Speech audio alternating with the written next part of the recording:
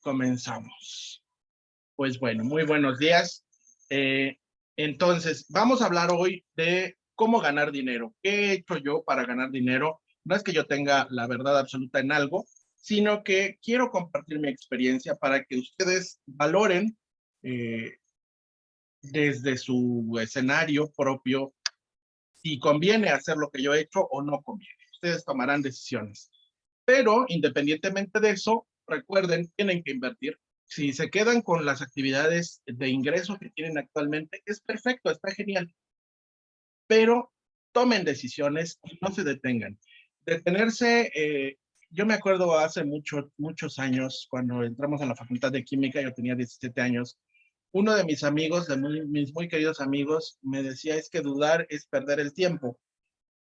Pues sí, pero también hay que detenerse un momento a pensar, no a dudar, a pensar, a cuestionar razonablemente para que no nos lleven entre las patas ciertas personas que se pueden aprovechar de la lógica necesidad o gana que tenemos por tener mayores ingresos. Entonces, tomen decisiones, pero decisiones razonadas. Deténganse a pensar, sí, pero una vez que hayan tomado las decisiones, que nada los detenga, porque hay una meta por ahí enfrente a la cual quieren llegar o varias metas. No se les olvide que estamos en un mundo de oportunidades. Al menos en esta ciudad hay 20 millones de personas, bueno, de hecho hay más, que todos los días están necesitando productos y servicios. 20 millones de personas que trabajan, que comen, que sueñan, que tienen necesidades, que calzan, que visten, que caminan, que usan automóviles, que usan ropa, que usan cosméticos, que usan champú. En verdad, quienes venden jabón, por ejemplo, para que las personas nos bañemos, han de estar súper forrados de dinero porque la gran mayoría de las personas nos bañamos muy frecuentemente. Hay muchos que nos bañamos todos los días, hay muchos que nos bañamos más de una vez al día. Y pues no, los temas, por ejemplo, de abasto de agua, fueron el gran nicho que hicieron que empresas que ya eran grandes se volvieran todavía más grandes, porque en el terremoto del 85 empezaron a embotellar el agua y a venderla a precios exorbitantes, y ese negocio sigue. Alguien tuvo la visión de compartir agua a través de una botella, que representa un grave problema de contaminación actualmente, pero eso ha hecho que las fortunas de quienes invirtieron en ellos se hicieran todavía más grandes. Nadie apostaría por vender agua cuando todos los niños, los grandes, todas las personas bebíamos agua de las llaves en las escuelas y todos sobrevivimos. Sin embargo, en el terremoto hubo áreas donde el abasto fue muy pobre y luego empezó un negocio emergente que continúa actualmente, y estamos pagando cantidades estratosféricas por agua cuando uno dice es que no es posible que paguemos tanto dinero por agua. Bueno, pues así de absurdos podemos ser los humanos. Y si alguien quiere algo que nosotros podemos dar, pues démoslo. Recuerden, el que no piensa, pues no gana. Era no pain, no gain, pero pues hay que pensar para que el sufrimiento sea menor y la ganancia sea mayor. Entonces, infórmense de los modelos y las opciones que tienen en su entorno, infórmense de las necesidades que hay en la proximidad inmediata que ustedes tienen, en la proximidad virtual que también tienen, porque a través de redes sociales podemos llegar a lugares nunca antes vistos ni soñados. Es más, habrá lugares que jamás vamos a conocer, de personas que viven en realidades y mundos totalmente distintos y ajenos al nuestro, y que van a ser nuestros clientes si es que optamos por los modelos de negocio en plataformas, por ejemplo, o en redes sociales. Otra cosa, sea cual sea la decisión que tomen, no gasten en una inversión, no gasten en afiliarse a algún programa que no les dé dinero o que les pida comprar cosas por adelantado. No gasten haciendo un gran inventario. En verdad que si ustedes quieren importar un tren de, no sé, fíjense, hace poco salió a la venta un juguetito que yo compré. Es un juguetito que se sostiene en el aire, que tiene una hélice y que lo avientas y regresa. Este juguetito pues está muy padre, está muy buena onda, pero te aburre a los 5 minutos. Yo no sé quién habrá comprado trailers y contenedores transoceánicos de estos juguetitos. Yo compré uno, pero no compraría más. Y no sé cuántos niños comprarían eso. Pero en el momento en que el juguetito pasa de moda, pues, ¿qué van a hacer con esos inventarios? ¿Qué van a hacer con las 40 cajas que tienen de sábanas de, no sé, del personaje de moda? ¿O qué van a hacer con las 40 o 50 o 10 latas que tienen ahí de conservas de papaya? Porque pensaron que hacer papaya en almíbar era el gran negocio y, oh sorpresa, pues resulta que no lo fue. Entonces, no hagan ese tipo de inversiones. En mi experiencia, cuando hacemos esto y no tenemos una red de mercadeo, un punto de venta o una forma de distribuir estos productos, podemos tener descalabros y pérdidas. Trabaja como si hubiera un mañana. Eh, Generalmente oímos, hice como si no hubiera un mañana, gasté como si no hubiera un mañana, etcétera, como si no hubiera un mañana. No, trabaja como si hubiera un mañana. ¿Eso qué quiere decir? Trata a tus clientes como si fueran las joyas más valiosas, porque lo son. Son tus clientes, esos que hoy te compraron algo y que mañana te pueden volver a comprar. Son unas verdaderas joyas que están contribuyendo a que tú tengas algo positivo en tu vida o al menos en tu economía. Entonces, trabaja como si hubiera un mañana y piensa que esa persona a quien estás dando un servicio el día de hoy, a quien estás dando un producto, a quien tú estás compartiendo algo para que en retribución tengas un ingreso, debe ser bien tratada, debe recibir el justo valor por su dinero y sobre todo, pues puede ser una persona que te compre otra vez en alguna o algunas ocasiones. Finalmente, invierte.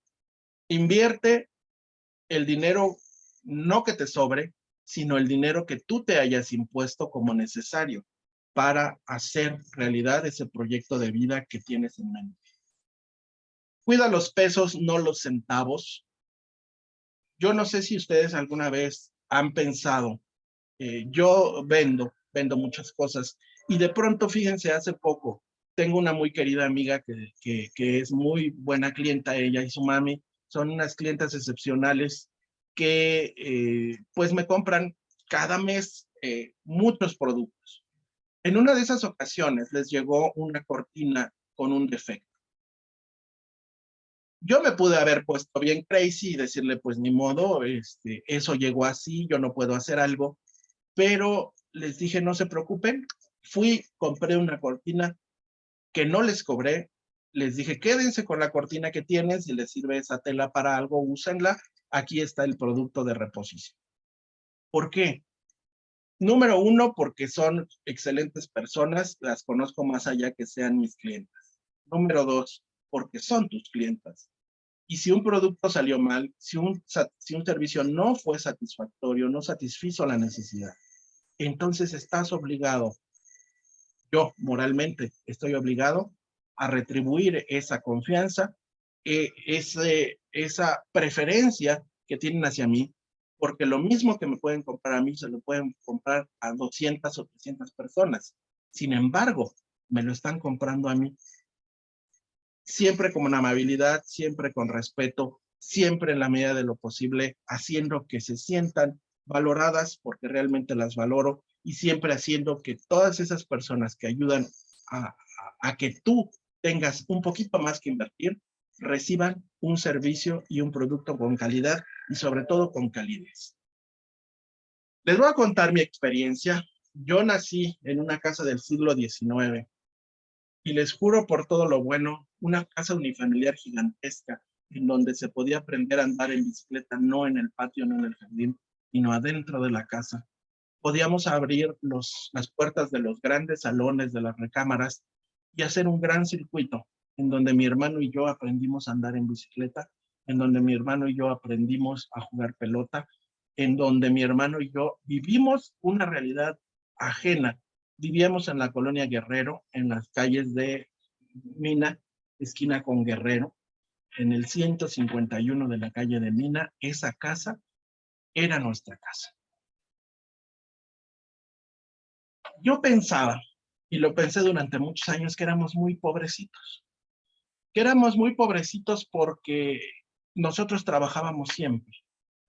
Eh, yo prácticamente, desde que tengo memoria, estoy asociado con negocios, con un restaurante, con una tamalería que se puso posteriormente, y siempre trabajé. Ya después me di cuenta que no era pobre, era todo lo contrario, que había muchas cosas. Pero, bueno, porque yo creía que éramos pobres, porque no íbamos de vacaciones, porque no salíamos de vacaciones, porque siempre se privilegió el trabajo.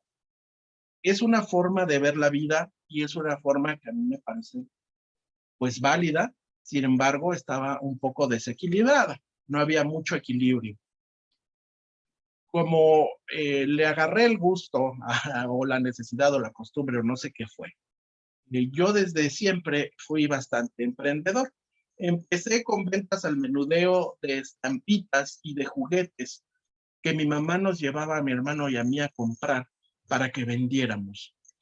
Ella no nos obligaba, quiero aclarar, que nosotros, por iniciativa propia, mi hermano y yo decidimos que queríamos hacer estas ventas y empezamos con un negocio tradicional en el cual te haces de un stock y empiezas a vender. Esta forma tradicional de hacer negocios, pues tenía sus implicaciones y complicaciones. La primera implicación es que hubo productos que no se vendieron. Los stickers en aquel entonces, pues no se vendieron algunos, muchos de ellos, me acuerdo que eran de Mazinger Z y que eran de Mickey Mouse y eran bonitos. Sin embargo, pues la población objetivo no era tan grande, eran los compañeritos de nuestros salones, y desde luego que cuando nos compraron uno, dos, tres, pues dijeron, bueno, pues están muy lindos, pero ya no quiero más. Y entonces se nos quedó el producto. Eh, Posteriormente, pues las cosas fueron cambiando, fui creciendo, sobrevino el terremoto del 85, yo tenía 10 años, y nos tuvimos que cambiar a donde estamos ahora, a este departamento que ustedes ven. Bueno, lo que están viendo es una de las habitaciones, un pedacito de la habitación que habilitamos como oficina y como pequeño almacén de papelería y de algunas otras cosas. Y aquí, pues las cosas empezaron a ser distintas. De tener pues una casa grande, muy grande, a un departamento que si bien no es pequeño, pues no se puede comparar con aquella casa, pues fue un cambio muy dramático. Y fue aún más dramático porque algunos años después empezaron esas grandes crisis que los jóvenes ahora pues desconocen y sienten un temor aterrador. Hace poquito me decía Esteban, es que va a venir una recesión. Es que le digo, mira, tú te puedes sentir muy espantado, pero créeme que de eso se sobrevive. A lo mejor haya alguna situación complicada, a lo mejor ciertos productos, ciertos servicios ya no estén, a lo mejor haya la necesidad de diversificar, pero vamos a estar bien. Eh, Cuando se hace pomada el peso y le quitan 3 ceros y todo estaba súper carísimo y los precios eran en millones, nosotros pagábamos millones de pesos por cosas absurdas, como por ejemplo las rentas estaban en millones de pesos, los autos pues valían millones de pesos, las casas pues cientos o miles de millones de pesos, era una cosa grotesca. Y se hace un ajuste y entonces sobreviene más crisis y muchas cosas tremendas. En ese entonces y en medio de todas esas situaciones, yo, Luis Gerardo Sánchez Pacheco, en compañía de un amigo, de un muy querido amigo, emprendemos un negocio de producción de conservas, aceites y aliños, que funcionó muy bien, pero necesitaba mucho tiempo. En la larga historia de las muchas cosas que uno puede hacer en la vida, uno estudia. Yo estudié química, ingresé a los 17 años, me incorporé a un grupo de investigación desde muy temprana edad. Ganamos el primer lugar del Premio Nacional, el Certamen Nacional de Ciencia y Tecnología, allá en el muy lejano ayer, lo cual nos hizo acreedores a ser miembros de la delegación que fue a Sudáfrica a representar a México en el Movimiento Internacional de las Juventudes Científicas, MILCET, con sede en Francia. Y a partir de esa situación y de esa experiencia empiezan a suceder muchas cosas. La primera de ellas es que, pues, obviamente eso demandó tiempo y yo me desfasé de mi generación. Al desfasarme de mi generación, pues estaba yo con personas que pensaban que yo estaba adelantado en las situaciones escolares, académicas, porque creían que yo era de una generación anterior, posterior a ellos. La realidad es que era de una generación anterior a ellos, pero la cosa se puso muy interesante. En cuanto uno gana esos premios, la gente voltea a verlo. Y entonces me llamaron de una empresa que hacía consultoría ambiental para que yo trabajara con ellos en un proyecto. Esa experiencia empezó cuando yo tenía 20 años y concluyó cuando yo tenía 28 años porque la empresa quebró. Yo empecé a trabajar de manera paralela a los estudios de la facultad y llegué a ser gerente de consultoría ambiental. Me encargaba de las plantas piloto, de los tratamientos me recuerdo mucho que trabajábamos mucho con aguas blancas, que son aguas de la industria papelera. Yo sin título, yo sin experiencia laboral, me ofrecieron y dije sí. A los 17 años, yo sin título, sin experiencia, me ofrecieron dar clases, dije que sí. Sobreviene la huelga de la universidad y yo decido entrar a la Universidad Autónoma Metropolitana a estudiar una segunda carrera de ingeniería ambiental. Yo quería estudiar letras. Déjenme decirles que cuando dije aquí en casa que quería estudiar letras, casi se pusieron histéricos y frenéticos mi hermano y mi papá. Mi mamá no dijo nada, pero fue una gran lección de vida. Eh, Como me dijeron que yo no podía estudiar letras a los 17 años, yo decidí estudiar química. Porque dije, si no me quieren ver en letras, no me van a ver nunca. Por lo tanto, me voy a química. Busqué una carrera que estuviera en Ciudad Universitaria, que fuera de tiempo completo y que demandara al menos 5 años de la vida, porque yo quería no ver a mi familia porque se habían opuesto a que yo estudiara. Entonces, cuando viene la oportunidad, voy a la alberca olímpica a registrarme a la UAM y les pregunto si tienen letras. Me dicen que no tenían letras. Adriana también quería estudiar letras, como que era algo que me fuera a dar dinero. Fíjate que mi papá se enojó muchísimo y dijo, fíjense, nada más las ironías de la vida, y dijo, ¿y qué se supone que vas a hacer si estudias letras? ¿Vas a ser un maestrito? Fíjense, esa es la visión que se tiene, ¿no? Desde los escenarios personales, pues uno asume que las personas que estudian letras solo pueden dar clases. Y la realidad es que no. La realidad es que las personas que estudian letras tienen un mercado laboral mucho más amplio que eso, muy interesante. Pero bueno, es otra historia. Entonces llego allá a la alberca olímpica y les digo que quería estudiar letras y me dijeron que no, que lo único que tenían ahí era lingüística. Y les dije que qué clase de universidad era esa y cómo era posible que no tuvieran letras. Y entonces, ¿qué tienen? Le digo al fulanito.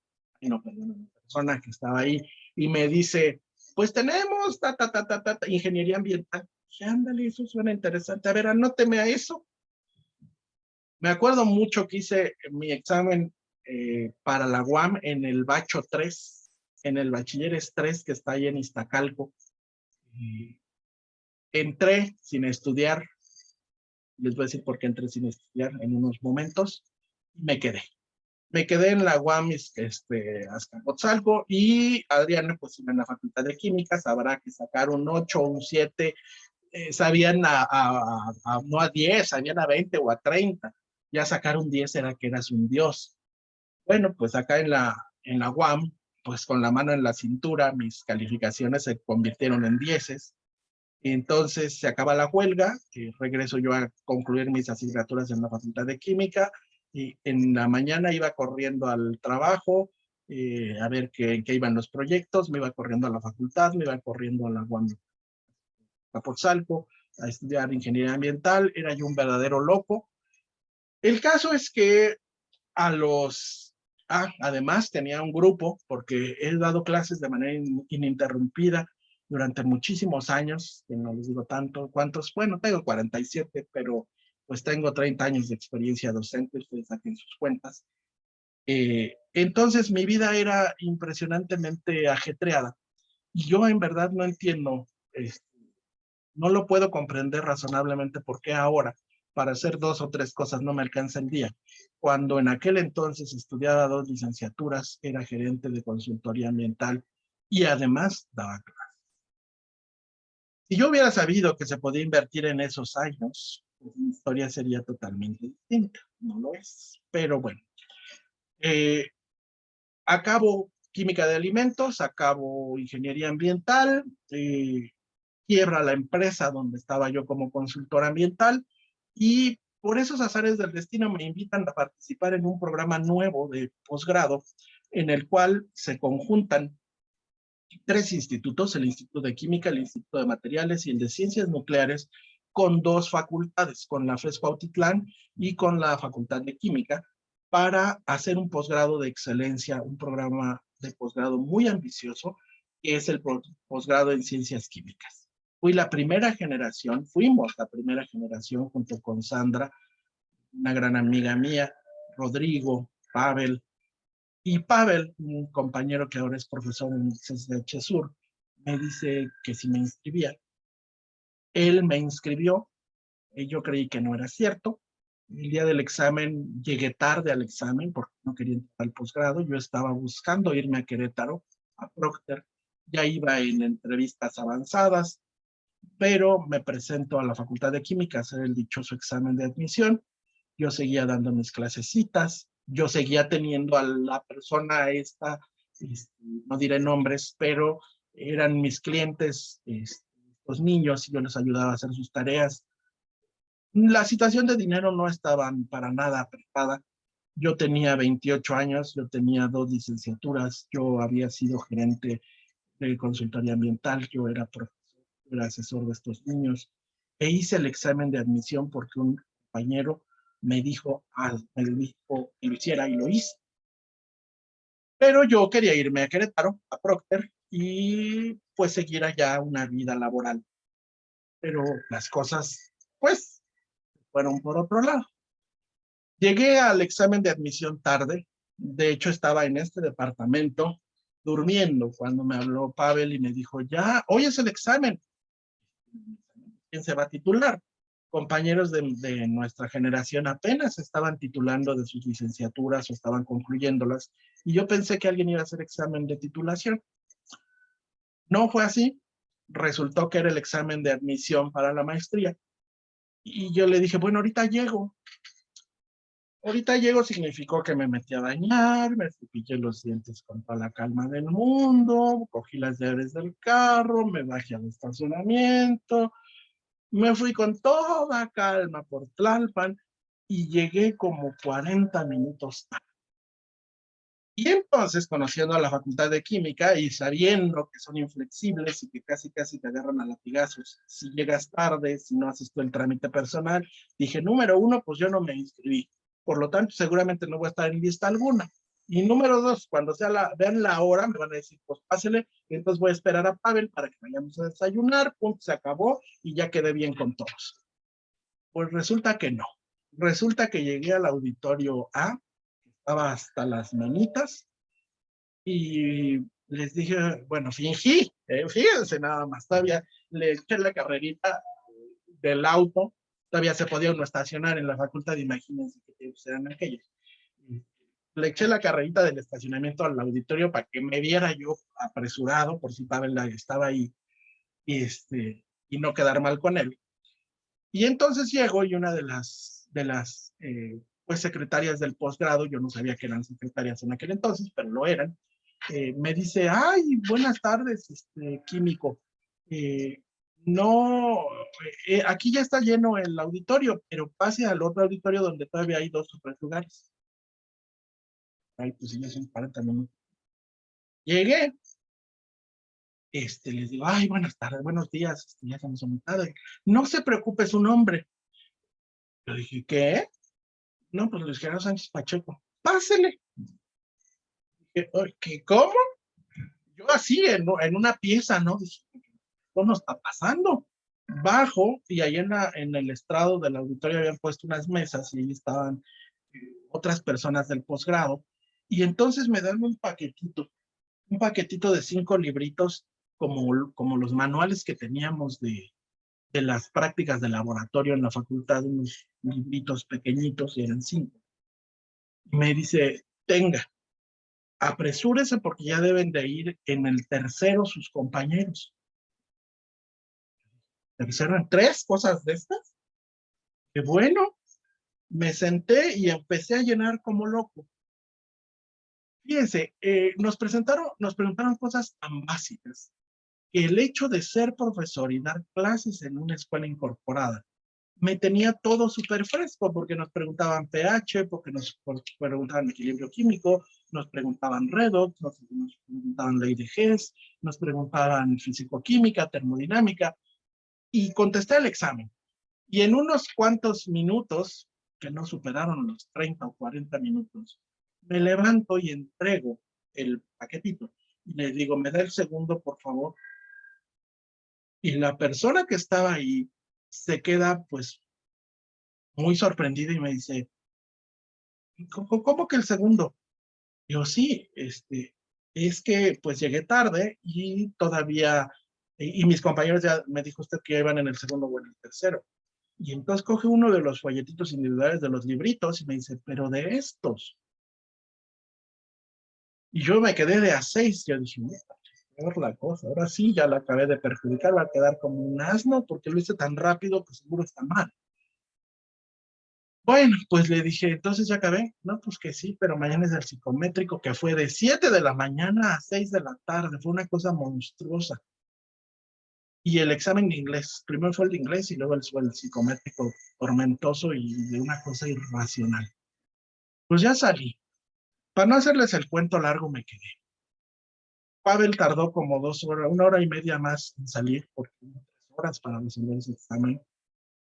Más de 3 minutos, tardó como 1 hora.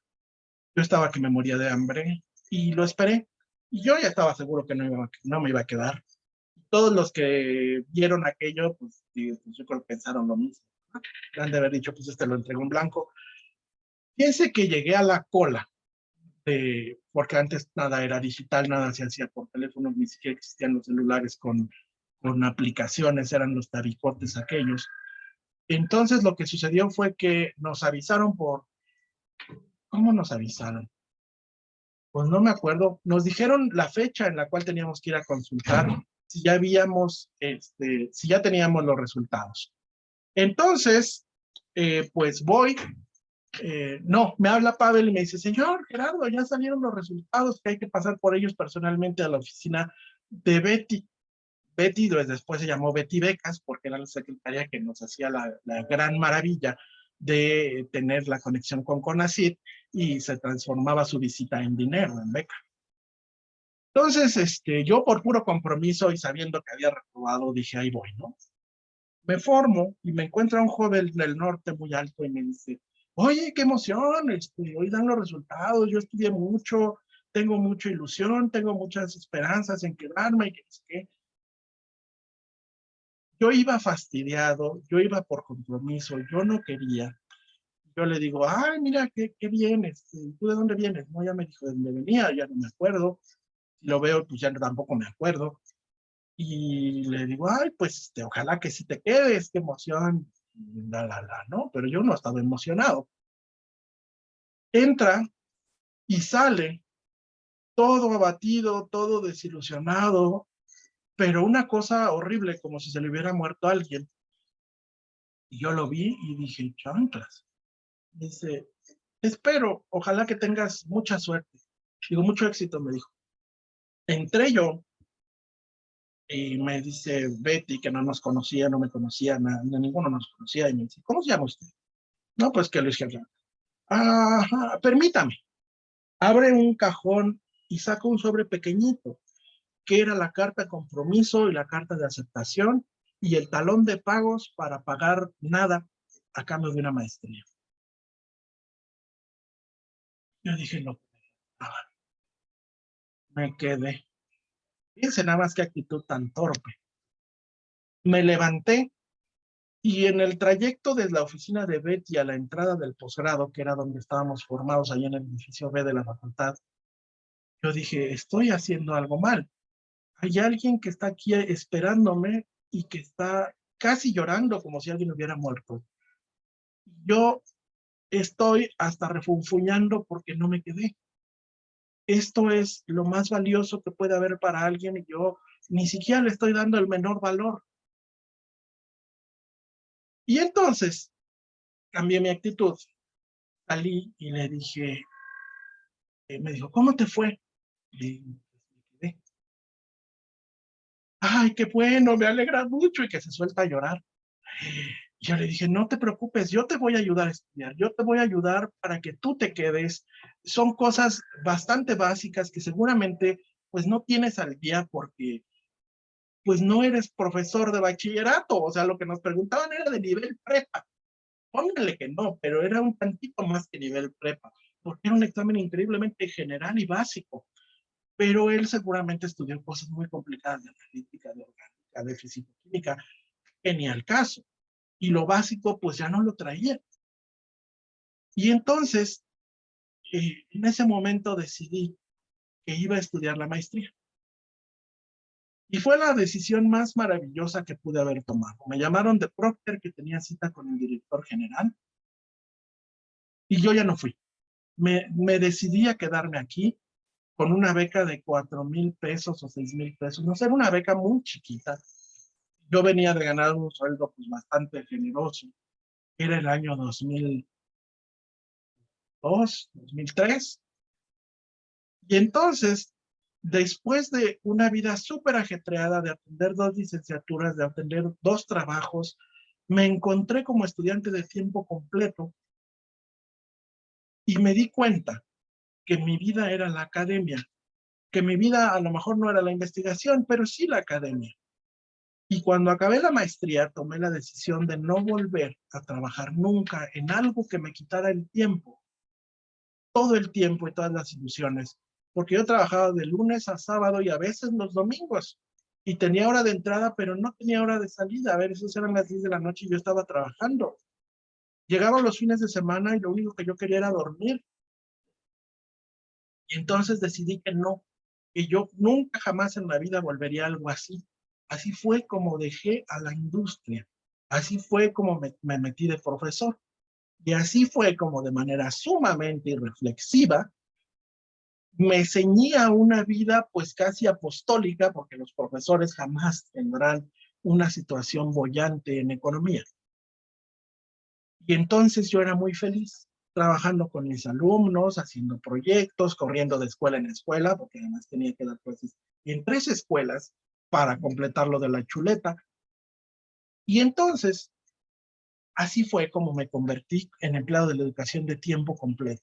No porque no encontrara un lugar en la industria, sino porque yo decidí que jamás iba a regresar a ser esclavo de un trabajo.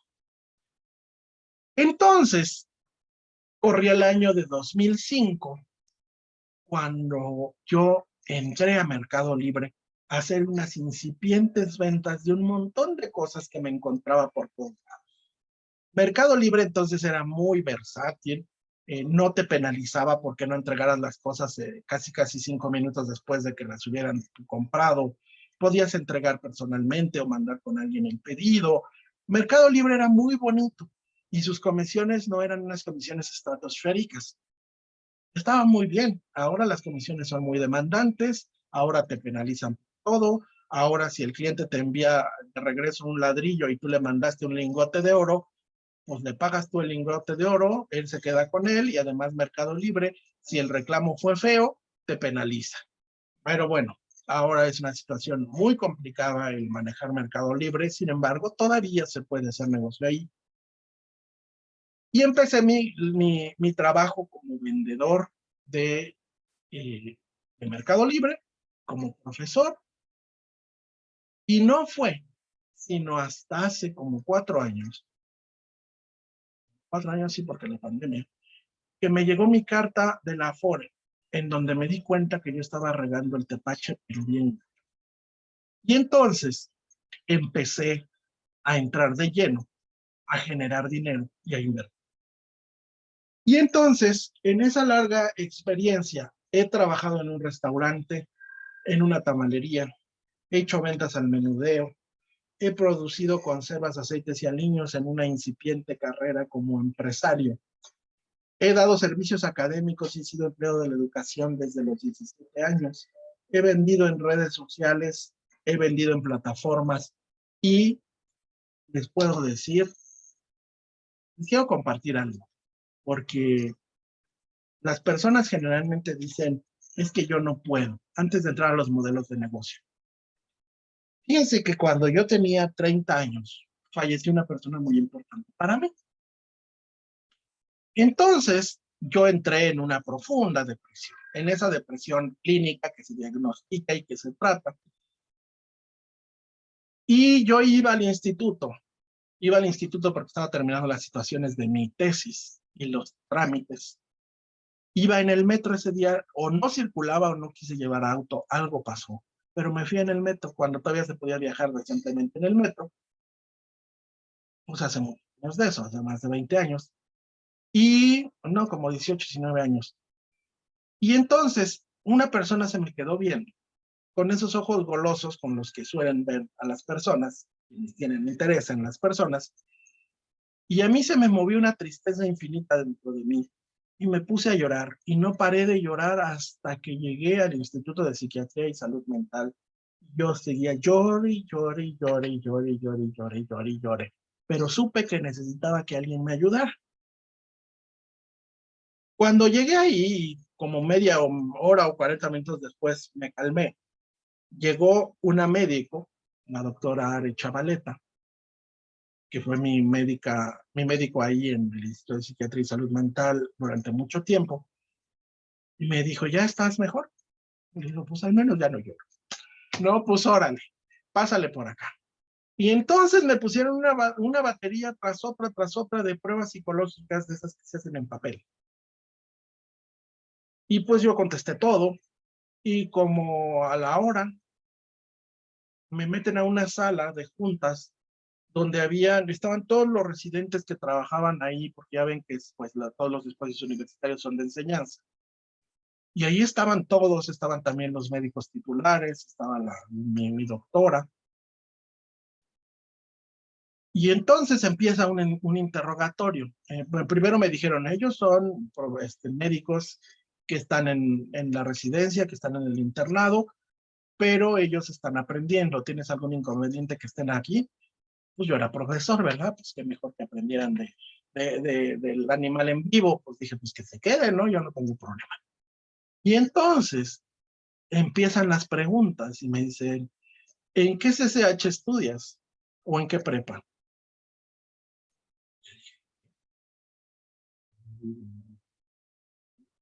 Porque tú eres parte de la universidad.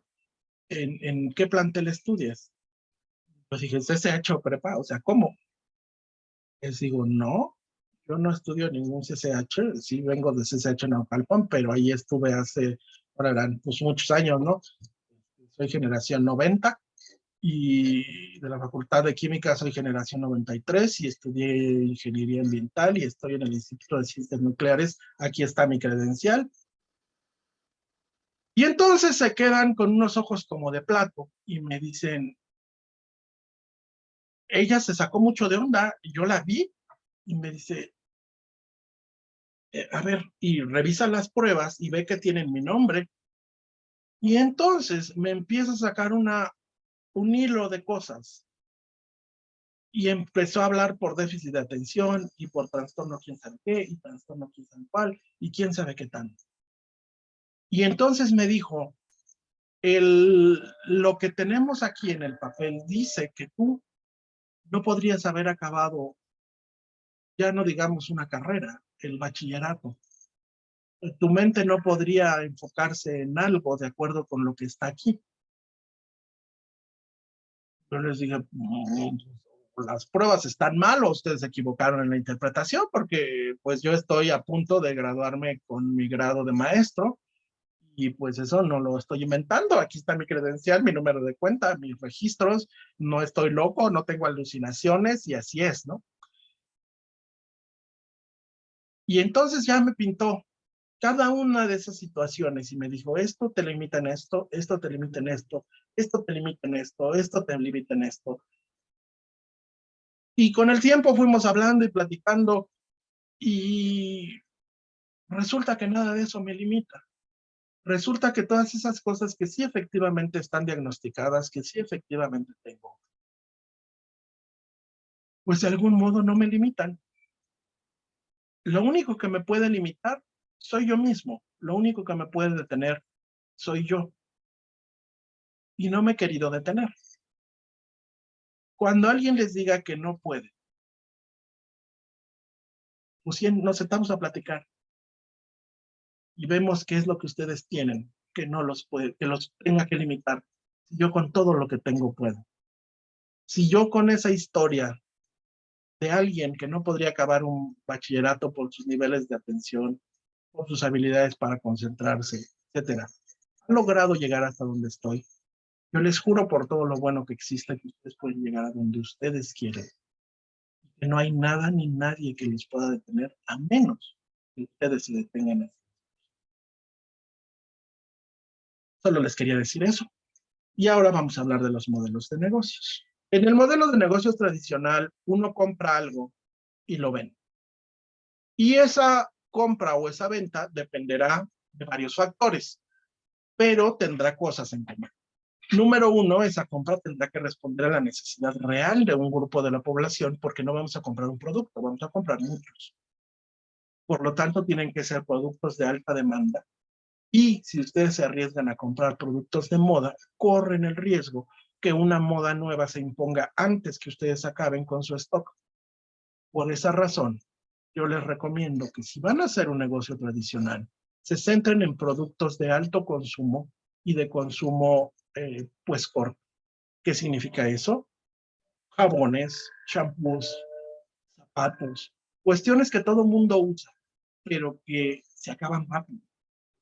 Porque de otro modo, si ustedes hacen la inversión de comprar juguetes como este que yo compré y que tengo en esta cajita, y la moda se acaba, y generalmente tratándose de juguetes o tratándose de aparatos electrónicos, esas modas son muy cortas. Entonces, o de ropa, ustedes corren el grave riesgo de tener graves pérdidas. El otro modelo de negocios que yo he explorado es el dropshipping. Ese implica que a uno le compran antes que uno tenga el producto. Yo tengo en este momento, por todo el trabajo que se ha hecho durante mucho tiempo, la posibilidad de trabajar con Onena de manera directa. Son un grupo es una zapatería mexicana. Muchos de los zapatos que generan se producen aquí. Y a mí el cliente me compra en Mercado Libre y yo me comunico con el almacén, con quien ya tenemos pues una situación laboral muy propicia, y ellos envían el zapato, me hacen ese gran favor. Así que todas mis ventas de Mercado Libre jamás pasan por mí. Si ustedes van a meterse a un negocio en el cual no compren, busquen hacer alianzas con distribuidores o con productores que tengan la posibilidad de brindarles, además de la venta, un servicio adicional que les descargue tiempo. Nosotros, gracias a Dios y a la preferencia de las personas que compran y a quienes además les damos buenos precios, movemos alrededor de 100 zapatos más a la semana, lo cual representa un ingreso pues bastante razonable, aún pese a las comisiones altísimas que cobra Mercado Libre. Porque, insisto, Mercado Libre se está forrando de dinero con nuestro trabajo. Ellos se quedan con más dinero de un producto de lo que ganamos nosotros. Sin embargo, aún así nos sigue resultando conveniente porque tenemos nuestros trabajos y además tenemos un ingreso extra.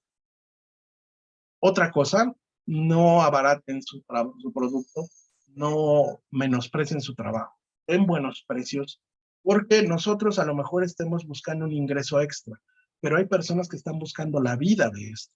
Y cuando nosotros abaratamos los precios, lo que hacemos es que hacemos que a esas personas tampoco les compren. No se preocupen, el mercado es muy grande. Si todos diéramos el mismo producto al mismo precio, les aseguro que todos venderíamos exactamente igual. Hagamos competencias leales, porque finalmente, pues, todos en algún momento vamos a tener la necesidad de los demás. Y si nos ayudamos entre todos, yo estoy convencido que vamos a tener buenos resultados. Al menos yo he ido en la vida abriendo puertas, no ganando favores, porque eso no es así, sino teniendo buenas relaciones con las personas.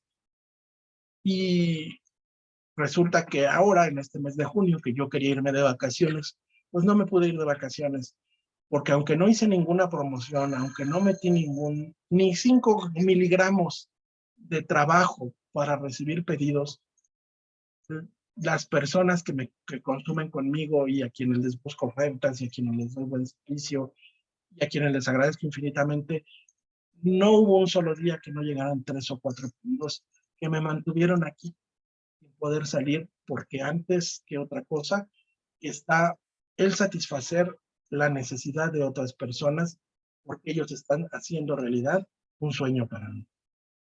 Recuerden que cada cosa que vendemos es la ilusión de alguien, el sueño de alguien, el compromiso de alguien, la necesidad de alguien o la ilusión de alguien. Nosotros no vendemos productos, nosotros a veces vendemos soluciones, a veces vendemos sueños, a veces vendemos ilusiones y a veces vendemos satisfactores para las personas. Entonces, ¿qué hago yo? ¿Qué puedo compartir?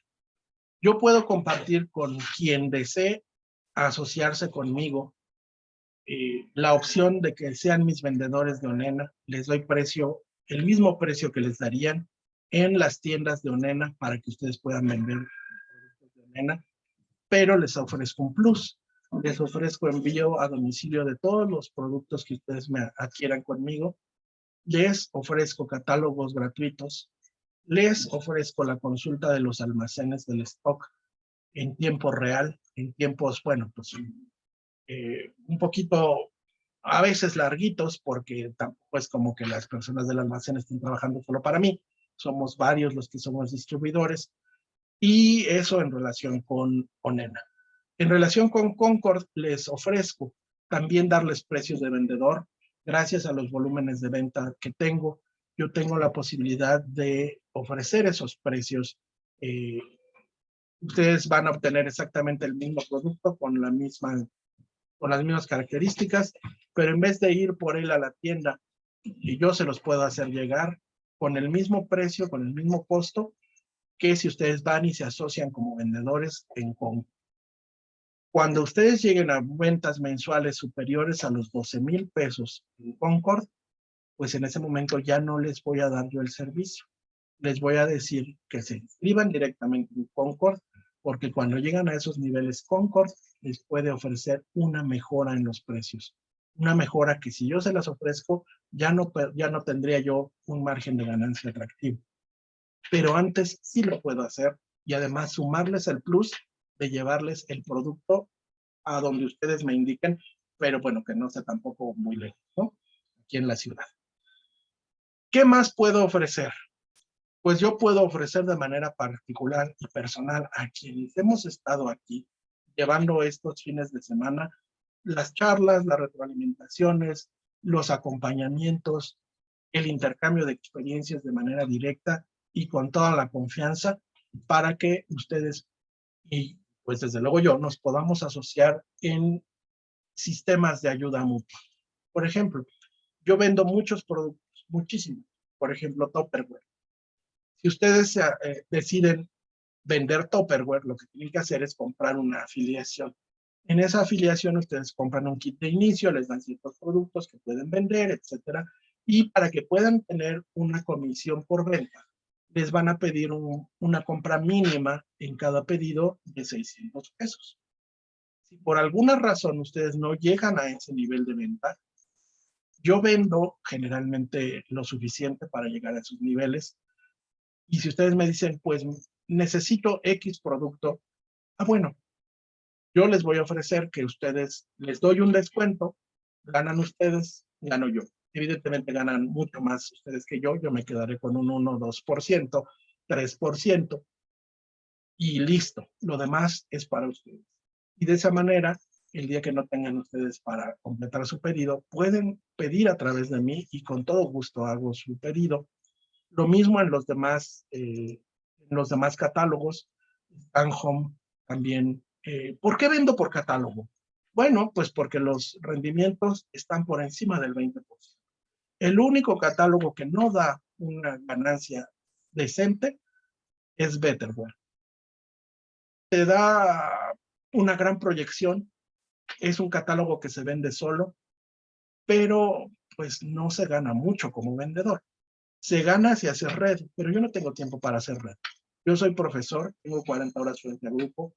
Yo quiero un ingreso extra, no un trabajo adicional.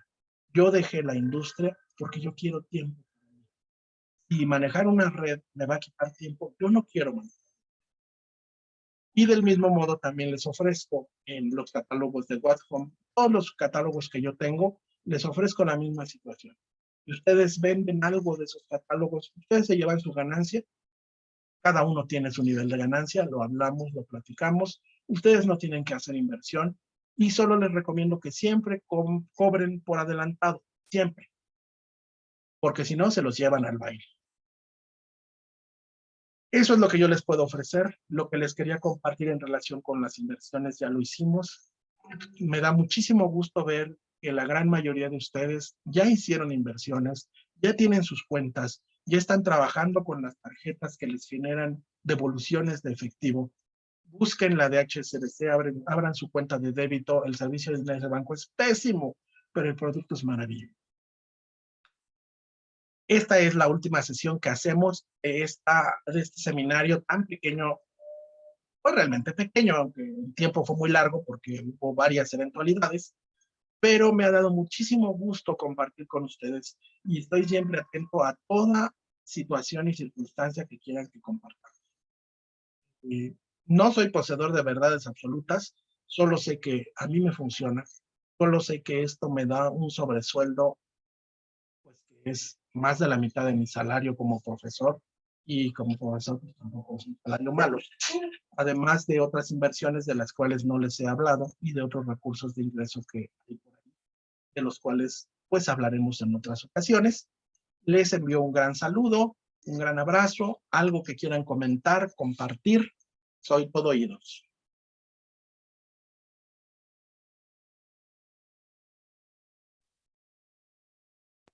Bueno, pues en mi caso, muchas gracias por la información que nos compartiste desinteresadamente. El, eh, la verdad es que, digo, hicimos un trato al principio que nos dijiste que una vez que aprendiéramos y que pusiéramos en marcha, también compartiéramos con otras personas.